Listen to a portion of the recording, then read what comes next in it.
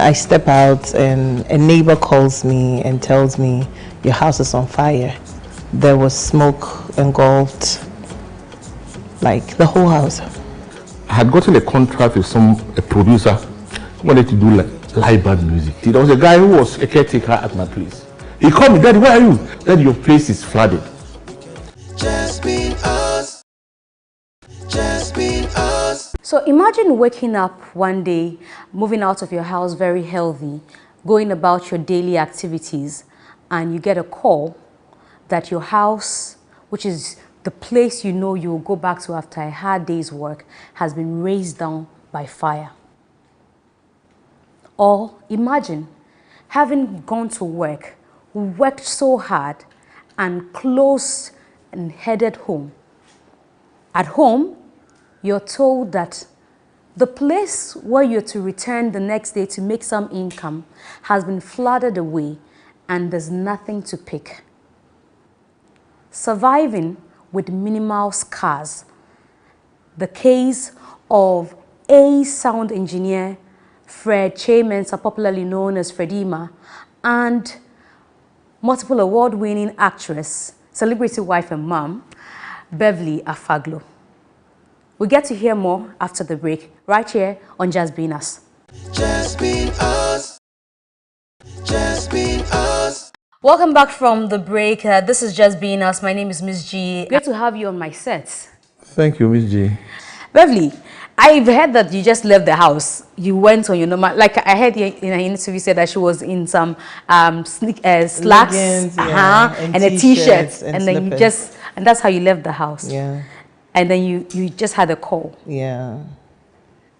My heart is beating just thinking about this again. I was going not too far from the house, so I wasn't dressed or anything. I wasn't even holding my favorite bag. I wasn't nothing. Then I step out and a neighbor calls me and tells me, your house is on fire. I didn't know the neighbor's number. So for a second, I felt it's even a wrong number. Like, you're calling the wrong person. Whose house? What does that even mean when your house is on fire? It was strange. So I screamed. Then I didn't know what to do. I started calling my cousin who lives with me that what's happening. He wasn't picking the call. I didn't know what to do. I was calling my house help.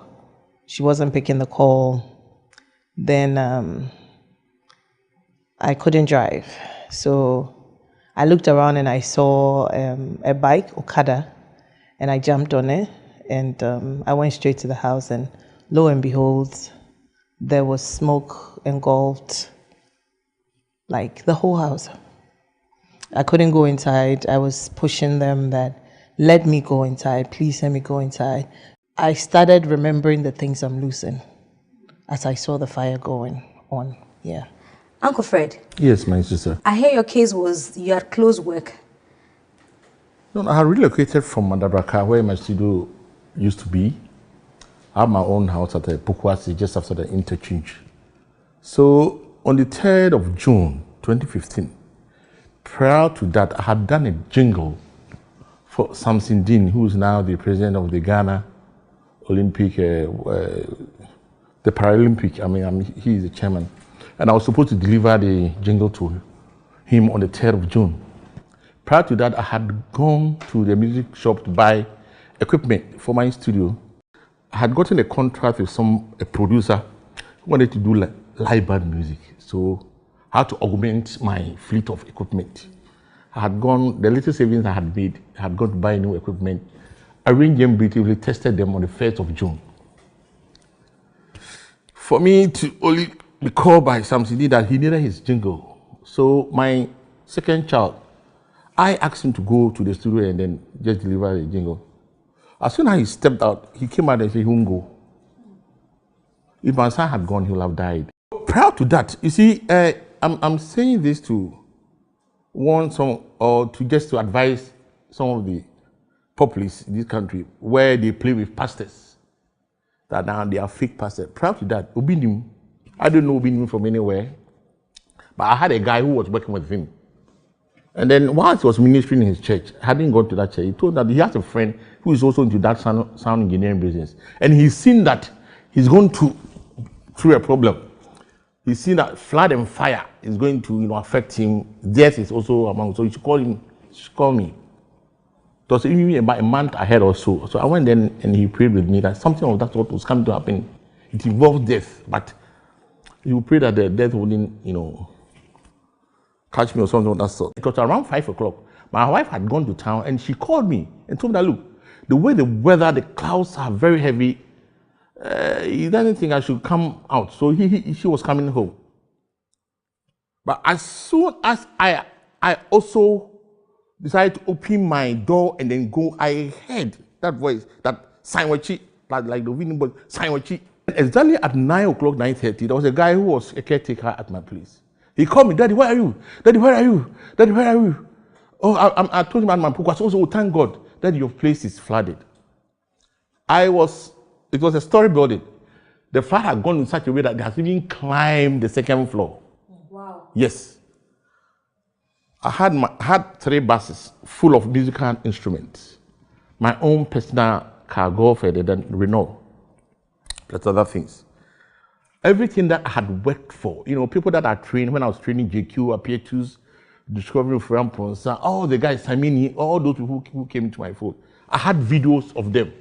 When you come for the first novice, I try to film you and then put them there. So I was going to, and my place too was close to a hub, prostitution hub circle, and I had done a documentary on how prostitution goes on. People who patronize them in the night, and I lost all those archival materials. And then on top of it, my brother-in-law died from the flood. He was in the studio? Yeah, his apartment is just opposite my studio.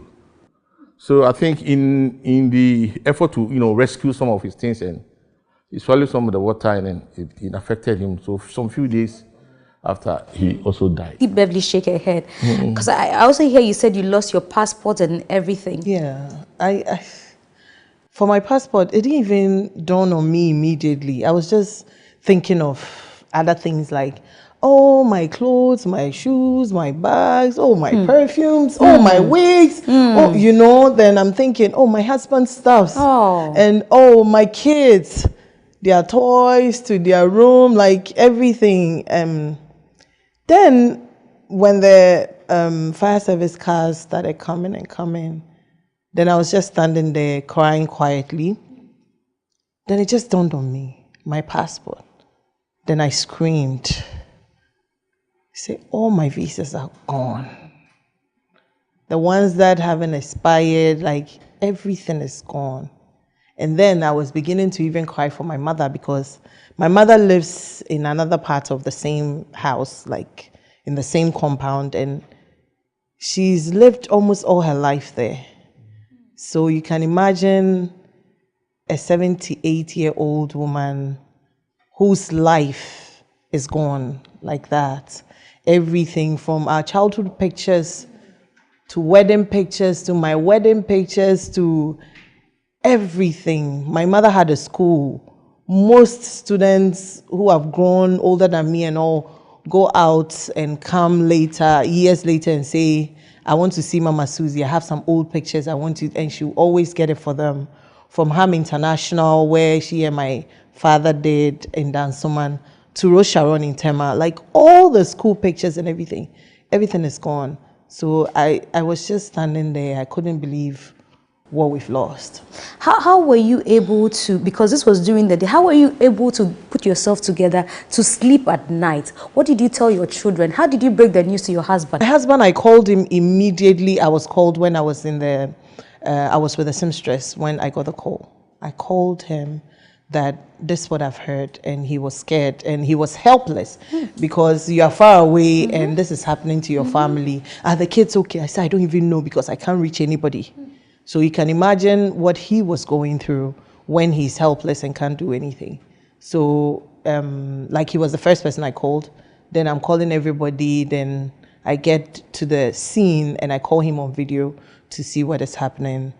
And he was devastated, really, he was. But people, I always say that if I lived in Accra, I'm sure my video of my actions that day would have trended. But Tema is quite a quiet place that people don't make a scene out of these things and they don't record and stuff because I was on the ground. I was broken when everything was happening. I was broken. I kept screaming at them, go inside, please try. Like, let me try and get something, let me try and get something because I was thinking of everything. And this is a house that I moved in barely a year because when we started building that part of the space I live, my husband was about traveling, so he didn't even live there. Yes, my husband never lived where I was living, so we built and we moved in. We were literally still doing other things. I can say, okay, my kitchen needed some things, maybe my guest toilets needed a sink or something. Like, I was literally still in the process. So you could tell that everything was new. So put in all my money. I remember the day before that, I had changed my bed. Wow. Yes. I bought a new bed and a new mattress just the day before that. So I didn't enjoy it and it was gone. So, like, money was gone. Money was gone. So much was gone. And my shop, Celebrity Hall, wasn't too far from the place. It was at Night Market. So most of my stock were in the house. So my waist trainers and slimming coffees, flat tummy teas and stuff, they were stuck there. And I had plans at the time to start traffic shawarma. So I had 2 shawarma machines that I brought in from Nigeria. They were in my house. I had a toaster and a few things to start the job with. And everything was gone. What did you tell the kids? They came to see it. They saw the fire. Because the little one, the second one, was home with the house help. And I just blessed God for that day because if she wasn't eating, she would have been in my room. Yes. And I understand that the fire started from the back of the house and my window faces the back of the backyard. So if she were in my room, normally when she's not doing anything, she would just go to my room and cover herself with a duvet and be playing with her tablet under the duvet. So you can imagine the smoke would have engulfed her and my door is heavy. So if she coughs or anything, my house wouldn't hear. And at that time, everybody was running for their life. So you even think about, where is this person? Where is this person in? You understand? So if she were there, she would have died. God forbid. My first child had gone for summer school at the time. I think it was vacation. So she had gone for summer school. So when she got back, this was happening. So they quickly ran out to a neighbor's and I'm asking my house up, why didn't you call me? Your phone was not even reachable. I called you, you didn't pick up. Then again, I'm saying to myself, I thank God she didn't even call me. Because if she called, I would have killed that girl. I would have told her, go back in there, pick this, pick that, pick that, pick that. The time of going and coming, she could have died and somebody's child. Because when I tried resisting the hold of the fire service men and I was going into the compound, I couldn't see anything. Uncle Fred. Yes. So you had the call at home. What did you do? Do you summon your family to tell them? What did you do just after they had told you? I went to sit in my sofa and then started thinking of the next action. So the next morning, you were able to sleep? Sleep or not? Insomnia. Insomnia. You can't sleep. Because I was just going to say, hey, Charlie, after 37 years, Kiki Jan was with Fosibisa. He died in 2004. I'm the only person who is holding his last album that he did. Fortunately, that one I hid somewhere. Other than I would have lost that kind of material. What really pained me was that the small resources that I had been able to put at the bank, I had to go for that money to buy the equipment. So you can see, virtually, my bank account was finished. And it was on my hand Santi of Adom, wherever you are, God bless you. He was the first person to reach out. Uncle Fred, I know that things are not normal, so I don't even ask you, how are you? I'm sending you something for you to, have with your family. So he sent me some money. Well, we'll come to who and who was there and the disappointment thereof. We'll be back. People have dragged me on the internet so many times for other reasons. Sometimes I say something and they take it out of context and they bash my husband, they bash my family. And in fact, we didn't to Obiaso. Because as a child, I started living with 10 stepmothers. Just be us. Gino Magic Pepper and Onion, a delicious tomato mix with tomato, pepper and onion. No grinding, no blending. Ya yenyi na da da da. So pa mediane no abe. Come on, Gino, do your magic. And papa no kunu abefi.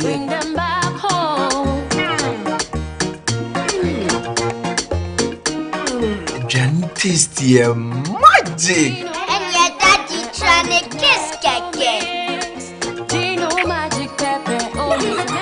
Magic Pepper and Onion. The magic that brings them home. This advert is FDA approved. Just be us. Welcome back from the break. This is Just Being Us. We've been talking to Beverly Afaglo and Uncle Fred, popularly called Uncle Fred by his Fred Kyei Mensah. I've seen stories. Did you get disappointed at any point where you felt, I belong to an industry, something is happening to me, everybody should have been at my beck and call? no, I didn't look at the industry because I know the industry we're in and I know how everybody's literally struggling. So trust me, I didn't look at the industry for help. In fact, help didn't come to mind at all, till some colleagues called and said, we will not just say, oh, sorry, and that's it, I'm dropping money. That was the words from Stoneboy.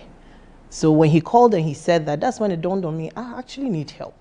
But from everything that happened, I had family support. I have a large family. Afaglo family is large. And I think you're the 9th born, eh? Or you're No, hey, we are 30. And 3-0. Yes. I have a large family, and by but God's how grace, are you the last of them? I'm not the last. I'm the last to my mom. To your mom, Yes. Okay. Because I think I've seen you write something Yes, like I'm that. the last one of my mom, not the last to the whole family. Oh, no. okay. I have younger ones behind me. Okay. 30. Yes. Wow. So I have an amazing family that by God's grace, most of them are well-to-do. So they were very supportive, my brothers, my sisters, they were there. Everybody started coming to the house. What's happening? Amma, what is happening? Amma, where are you?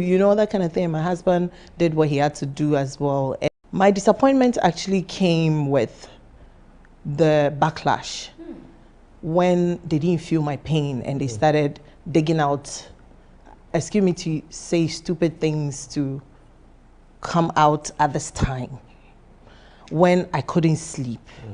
At this time when I'm going through a lot, I've lost a lifetime.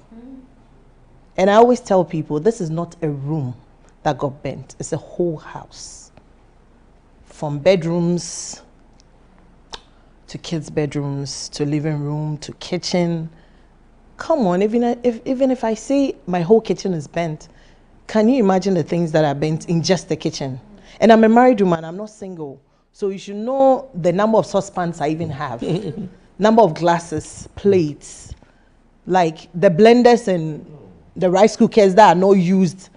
New things that I haven't even opened because I go to certain shows and they give it to me for free and they are just there. So think about all the things in each room. And we are celebrities, we get clothes every day, clothes that I've not worn. Shoes, my shoe rack from God knows how long it is. My table had perfumes that I had not used, over 15 perfumes.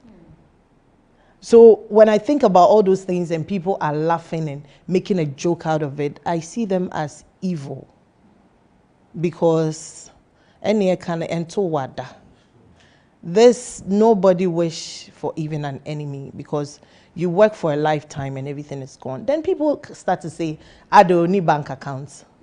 What about her bank? Of course, I have a bank account. Of course, we are working hard. We thank God for life. But, sebi epokransio tugum. And if I have a bank account and I don't have plans for it, then I'm not a businesswoman. So obviously, that account was in use in certain parts that I might have lost right now. And then, even if I have 1 billion in my account, to start life with 1 billion is a joke in this Ghana. And it's not like I'm starting life as, excuse me to say, a normal person. I'm a celebrity and I have a brand to protect. I have a brand, I have some reputation, I have some class. So if I'm starting life, you should know where I'm starting from. So even if I have 100,000 Ghana cedis in my account and starting life with that. Again, with children. With children, it's not enough. Trust me, MzGee, I couldn't sleep. For days and days, I couldn't sleep. And people keep telling me, at the time, they kept telling me, don't answer them, don't answer them. I'm like, you don't know what I'm going through. It's like somebody has lost the mom or dad and you said, don't cry. You've never been there. You don't know how it feels. Until it happens to you, then you know how it feels. Sometimes we were lodging in my sister's house when it happened, and because she was the closest, so we decided to go there instead. And I was sleeping in the same room with my daughters, and sometimes they wake up in the night and I'm writing. And my first daughter will ask me, Mommy, you are still writing? I said, there's so much in my head I want to say. So what kind of things were you writing? The things I wanted to swallow. The things I wanted to let go. I never thought I would think of this day and cry because my life is better now, trust me. But thinking about what people did to me, how they dragged me. People have dragged me on the internet so many times for other reasons. Sometimes I say something and they take it out of context and they bash my husband, they bash my family, and I feel bad, but this one I was going through a lot, and you bring in all my problems. I'm not someone who pretends to be who I'm not. I don't flaunt anything on social media. I live my life as it is. When I went live after 1 week, because I remember when I was going live, my sister was standing there and saying, I'm free, so I couldn't. My manager was calling me constantly, get off. I said, no, I need to pour my heart out. I need Ghana to know. I need people to know. I was telling them that I started driving when I was 21. Nobody ever saw my car till today. Nobody even knows what I drive. So I don't flaunt anything. When I say I'm a landlady, I didn't lie. I didn't lie. So when people say, okay, you're broken, because I'm not faking, because I don't go to Dubai or go to wherever and fake sleeping in a 5-star hotel or fake driving a G-Wagon. Is he a Wrangler or a G-Wagon? I have siblings who have those. But I won't drive it and take pictures and flaunt and show off that it's mine. That is not me. So if I ever did a video to say anything, it was out of the pain and from where it was coming from. They don't even want to know what pushed that video. It was about my marriage. You are attacking my marriage. And this is a marriage I've worked hard for because people keep saying celebrities cannot get married. I have rooms or houses that my father left me, that I can boast of it, that at least enya krana I'll get rent. So I can decide to use my rent. Issue came from. So I said I can even use my rent to fly. It is my money. I'll use what I want to use it for. Then they said I'm bragging. At least please get us tissue. Can we have tissue on the set? Okay, thank you. Uncle Fred, please pass the tissue to her. It's almost like your life had come to a standstill and there was no backup anywhere. So you were going to live at the mercy of people. I'm sure that's when the disappointment came. I'm very fortunate to have been taught by the famous counselor, Aprembe College. And in fact, we didn't to Obiaso. That cliche has been with me since childhood. Because as a child, I started living with 10 stepmothers. 10? Yes, almost. Almost. And each one who comes into the marriage brings different ideas. I was the eye of my father. I was very brilliant. Obieba, he's looking at you. Let me poison this guy. Those people tried to poison me in 1977 when I had sat for a common entrance. There's one lady, you know, I had issues with my father. So from my childhood, that thing has been behind me.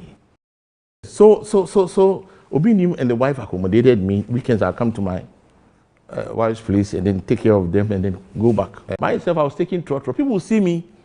And your papa went and Castle Peace FM. I've seen him on TV. Why is he in trotro? So before I released money to pay, somebody had even paid for me. There were some few people who were giving, but it was only for from hand to mouth, not to let you re-establish your business. Because some of them behind the scenes are chia, and you know, I judge men in Abosso, challenge. Now you see how you, but man is not God. God has a way of replenishing a whole lot of things. You know, sometimes it's very difficult, sometimes very, very difficult to say the woman, you need something. Charlie, my husband, those times we used to go to this Kuala shopping center, buy down. We can't even do those things. But she understood my plight, and then we all decided to, you know, adjust our lifestyle. And it really helped. I want to take a break now. When we come back, the perception that, you know, you need to be quiet and mobile before you can get help. Once you are one that wants to live your life freely and be as happy as you can, when anything happens to you, it becomes a party for those who are lurking around to see evil happen to you. We are back with more here on Just Being Us. Please stay. So I called Yvonne. I said, Yvonne, take it down. I don't want that compound house, that Facebook, to insult me. And the sad thing is, the people who insult are the people who cannot even give you anything. You know, out of Obini's care service, he called me and said he was making me the program manager at OBTV and going to buy a vehicle for me. That was my problem there. People are behaving like if I died, they would be happy. That was the behavior of most Ghanaians. I wasn't working, and I thought I had worked for MPP to come to power, so definitely something was going to happen. Just Being Us. Magic pepper and onion, a delicious tomato mix with tomato, pepper and onion. No grinding, no blending. Ya yeni na da da da. So pa mediane no abe. Come on, Gino, do your magic. And papa no kunu abe fi.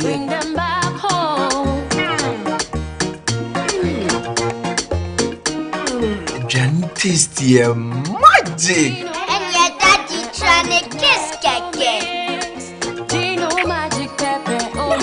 Gino Magic Pepper and Onion. The magic that brings them home. This advert is FDA approved. Just Being Us. So it's a conversation about surviving with minimal scars. A colleague of Beverly, Yvonne Nelson, decided to create a GoFundMe account. I think that account ended with $100 plus or something. No, thousand something, but it was like 7,800 Ghana cedis, something like that. And even with that, after the taxes. Even with that, a lot of people made noise about why this was being created for you and the euphoria you think that would have generated and the kind of support you think or we thought that would have brought didn't. So one day you just woke up and came and said, look, it's okay. It's over. What really ignited that it's over conversation? Because apart from myself and my management, nobody was in support of that. My husband didn't like the idea. My family didn't like the idea. They felt you don't need anyone. We are here for you. We can do anything for you. You don't need this. You don't need this. So I convinced my husband that if out of nowhere a colleague wants to help with this, I think allow her to do it. So my management talked me into it. And I said, okay, let's go. And at the time, I think it was the day after or 2 days after. So I was still not myself. I didn't even read into it. I didn't read into it at all. Trust me, I didn't even know what this whole GoFundMe was, how it's done and how you even get your money and whatever. And when it came out and people started bashing me here and there, and I decided it's over. So I said, okay. I think the day after or 2 days after when Yvonne posted it on Facebook, no, that same day, Yvonne posted it on Facebook, I made her take it down from Facebook. Because the screenshots of insults that people sent me, I was begging them. I said, I don't want to know. Oh, you were begging those who were sending me that. I don't want to know. The insults are too much. So I called Yvonne. I said, Yvonne, take it down. I don't want that compound house, that Facebook. I call it a compound house because everybody can be there to insult me. And the sad thing is, the people who insult are the people who cannot even give you anything. So if you cannot help somebody, why are you there insulting me and discouraging people? So I said, you know what, take it down. Let's see what Instagram will bring. So we waited and waited. Days were passing by. I closed my eyes, I shut my eyes to everything, and my management was taking care of my Instagram as well, because the messages, the captions from bloggers who claim they don't want to be the ones with the bad news or creating that hype of bad news, decided to capture people's comments and post it. You are still promoting the insults. I sit in Uber for 1 week or so. I wasn't driving. I couldn't drive because every time my head is somewhere else. So I would sit in Uber, and on radio they are discussing me, and the driver wants to add his voice that not knowing you're the one. Then I tell the driver, look in the mirror, it's me they are talking about. Oh. And the funny thing is, women have these shows on TV, entertainment shows and radio and stuff, and they make fun of it. They laugh because they want to trend with Beverly. Beverly's issue has come. Let me have the baddest or the most terrible things to say so that I will trend. And it was everywhere, and I had sleepless nights. So when I decided to go live, I didn't tell anybody. I remember when I went live, my husband, who is so crazy about showbiz, I mean, he's been in showbiz years before I came in, so he's always very particular about brand and everything. When I was done, his major problem was, you didn't even make up, look at your face. No. You should have called the makeup artist to make you up. I said, babe, where I was, it was the last thing on my mind. I just wanted to sit in front of camera and voice out how I felt. They would have said, makeup, you know? So when I sat in front of that camera with my phone, going live, I didn't tell anybody. I just went live and I did what I had to do. And that night I slept. I slept very well. It was healing for me because it was a week. I made sure, let me just wait for 1 week. And even from that live, they took out something I said and insulted me again. She said this money is not even enough for a house. But where I was when I was talking with emotions. And that sentence, I didn't finish it. It's not what I meant to say. But I was saying it and I got to a point and I stopped. Just like I'm talking to you now, I'll get emotional and I feel like, let me just stop. So I think I stopped at a point in that sentence and they took it from there. She said it will not be enough for a house. Of course, I really wanted to say that, of course, it won't be enough for a house, but I wanted to tell the good people who supported me that you are buying me a bed with that money. You are buying me bed sheet for my kids to sleep on. You are giving me comb to comb my hair. You are giving me underwears, but I just stopped. And I went on to another thing that I was saying. And they took it from there that, or say, en so house cry. And as I said, if I even had 100,000 in my account at the time this happened to me, with where God has put me, 100,000 will not be enough to live the life that I live. To come back to my status, obviously won't be enough. So if I say 7,800 or 7,600 Ghana cedis won't get me a house, of course it won't get me a house. I have family, 2 children and a house help. Are we going to stay in a single room? Can I share a compound with strangers? I have to get a house that has my own compound so that my kids will not feel that they've lost anything. Because I needed them to have the comfort they're used to. I said people are behaving like if I died, they would be happy. Yes. That was the behavior of most Ghanaians. Already. As if I've done something wrong. So, like, you know, you cast your mind back and I'm like, did I ever do anything wrong to Ghanaians for them to hate me this much? Because my mother was worried. My mother said, what did you do? Because people call and they say they're fighting in trotros for me. The whole trotro will be discussing me. And it's because of what the so-called presenters have said. They don't know me. They don't know what the situation is. And they just start insulting. She's arrogant, she's this. But for crying out loud, I'm a nice person, God knows. So you insult me, and because of what you've heard, you start saying all sort of things. And bring my families in. And it was crazy. I said, wow, so saying if I die, they will be happy.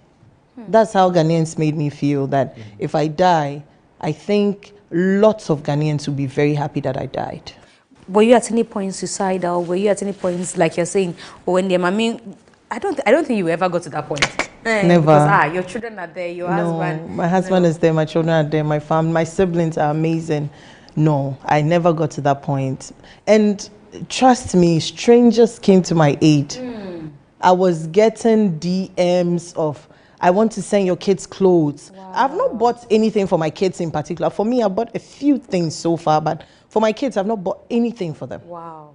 Nothing, except their gadgets that they lost. Like, they pack good clothes and they send it over. I want to send it. People brought rice, brought toilet roll.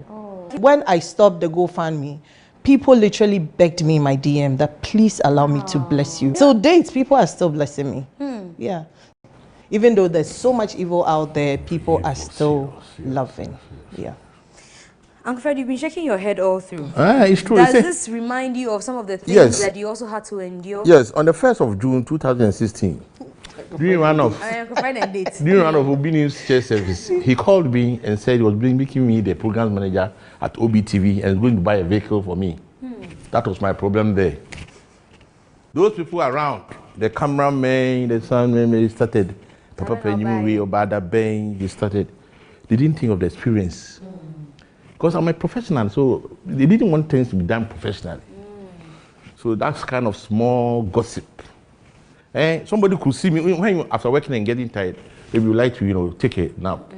Shoot you, go and show the man. Look, order. And the pressure on Obini was too much. The man liked me so much. So what he told me, Uncle Fred, on the 23rd of March, I had just gone from Peace FM Entertainment Review. That day was also the 5th anniversary of my father's death. So Obini called me and said, Fred, I love you. I want you to stay behind. I will pay you every month, though you will not be working. I will pay you, just go live. Let them work. So I had to leave the house and go and stay in my house there. Obini made sure that he was paying me every month, every money that he wanted to see how they were. And some of them messed up. The COVID also came. I wasn't working, and I thought I had worked for MPP to come to power, so definitely something was going to happen. And something happened. They put me on the board of Folklore board as a board member. I remember you were expecting, as Oliver Twist, we were expecting more. And then when the COVID came, this problem also started emanating. Things were very bad for me. And I had a dream. The Lord told me, go take your keyboard and play the hymn, Captain of Israel Host. And then put it on Facebook and see what I will do for you. So I did exactly that. And then there was one lady in America whose husband had died. And that was the very hymn that they used to bury that man. So the man was supposed to have celebrated his birthday a week after. So the person inboxed me and said, I've serenaded her in terms of, you want to bless me. I mean, as usual, when you're expecting something from somebody that you don't know in abroad, I mean, some $100 be. She ended up giving me $1,000. That him alone fetched me 10,000 Ghana cedis on Facebook. So immediately, I went to Abekan La Paz, bought new studio equipment, and then started something small. And then came my benefactor, Diamond appeared. Diamond, wherever you are. With the car. Yes. Diamond just dashed me a car. Uncle Fred, you are a very good person. Yeah, true. You have nurtured the industry. You have trained boys. All the guys that I trained, I've never collected anything from them.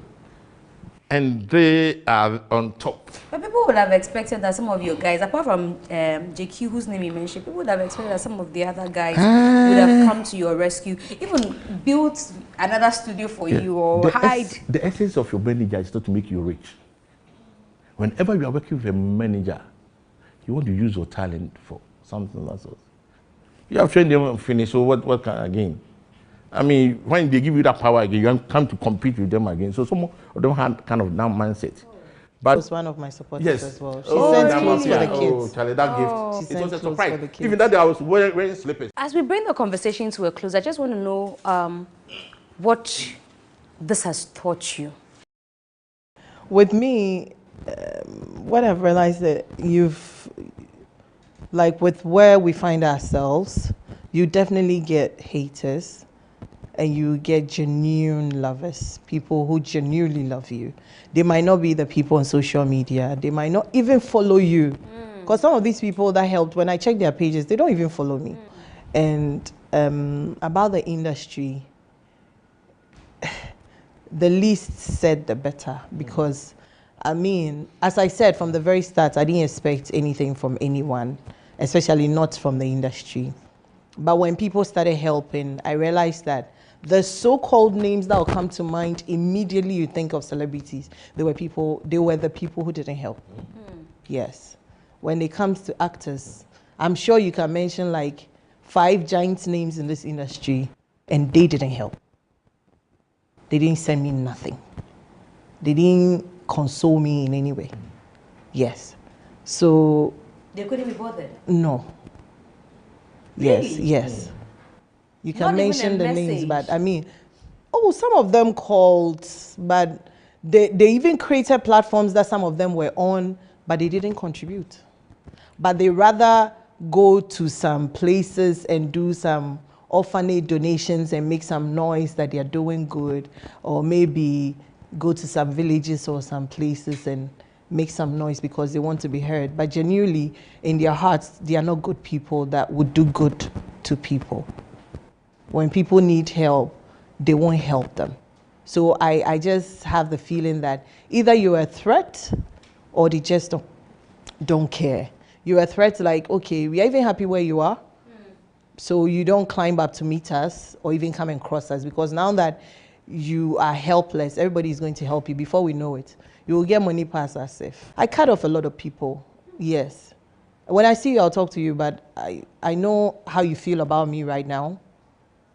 And as I said, I'm not necessarily asking for money from you, but genuine care that you really care about what I went through, you know. Because some of them didn't give money. Some of them actually traveled and said, what's your size, Beverly? I want to buy your shoe. I want to buy your dress. It's just one, but the thought, you know, the thought. Could see that they want to help, they are doing something. Yeah, in celebrities, as I said, our monies are never enough for us, but if we're able to do it for orphans, let's do it for ourselves. Let's not just do it for orphans because social media will capture it. Let's do it for ourselves. If we're doing it for ourselves, I'm sure most of our legendary actors who are suffering today won't be suffering, because if you need a hand and I help you from today, it might take you somewhere. Sometimes somebody needs somebody's number. The person would genuinely know that this job is going to take you somewhere. We say, we need a number. maybe I'm pursuing a number, but you can could call ask someone and get this person on the job, because what I can do, you may not be able to do it. Or maybe the person possibly need Beverly and not you. So no matter what, let the person go. And me, I've always been that kind of person. I actually push people that I think this is a Baden actor and he's great, he's amazing. I tell directors about him, tell producers about her, and you will go. You might even become bigger than me, but it's not God's doing. It's not my path.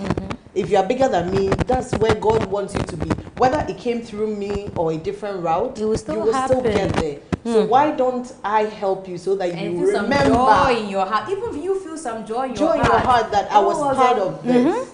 My general outlook of life has changed. It's not material things for me again, because I don't think before now there was a week that passed that I wouldn't buy clothes or shoes.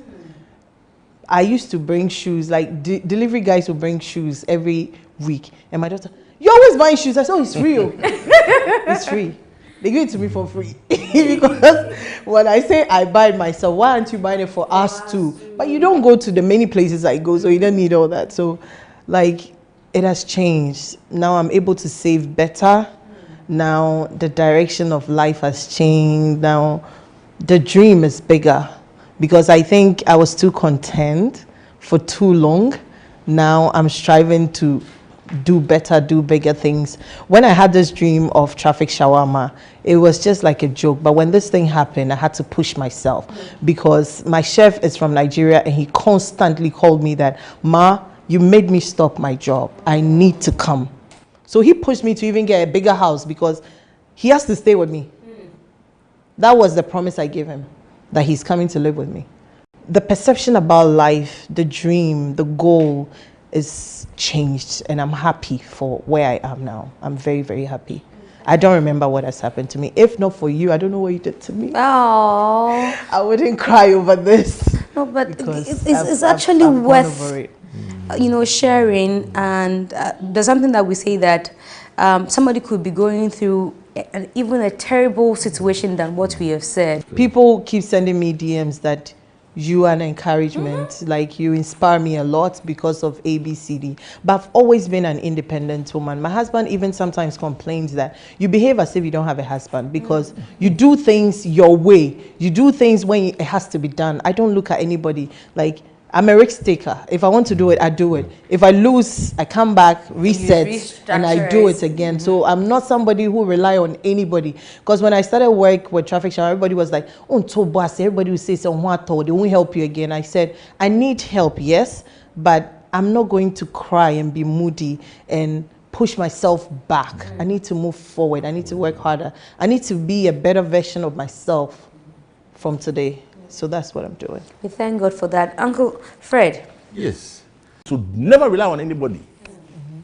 We are just like a passing cloud. It gathers here, the next moment is gone. We need to really help ourselves. My condition has shown me the different types of people that we meet along. There are people that you will kill yourself for them. They can use just a second to destroy that relationship. Yeah. You kill yourself, your people, you be with them, give them content. Just one mistake, or they cut. So I have seen life. Right now, I always say, take your age from 70. When you take it from there, consider hypertension, diabetes, stress. Before you reach 70, you are gone. I am not going to let anybody stress me in life between now and then. I didn't create the world. There was somebody who created it and then you came in. I cannot even add a strand of hair to myself. So why should I bother? Yeah. For the past 7 years, what I have gone through, you have been somebody. You have killed yourself. That person will have died. Thank you so much for coming to share your survival story with us. We really, really appreciate your time. It's really a pleasure. Thank you for having us. We are back again next week with another edition of Just Being Us. Have a good night. We know this nobody, we don't want nobody's trouble. All we do is share our stories. We just been ourselves. We just been ourselves. We just been ourselves. We just been ourselves. Yeah. We just been us. We just been us. We just just been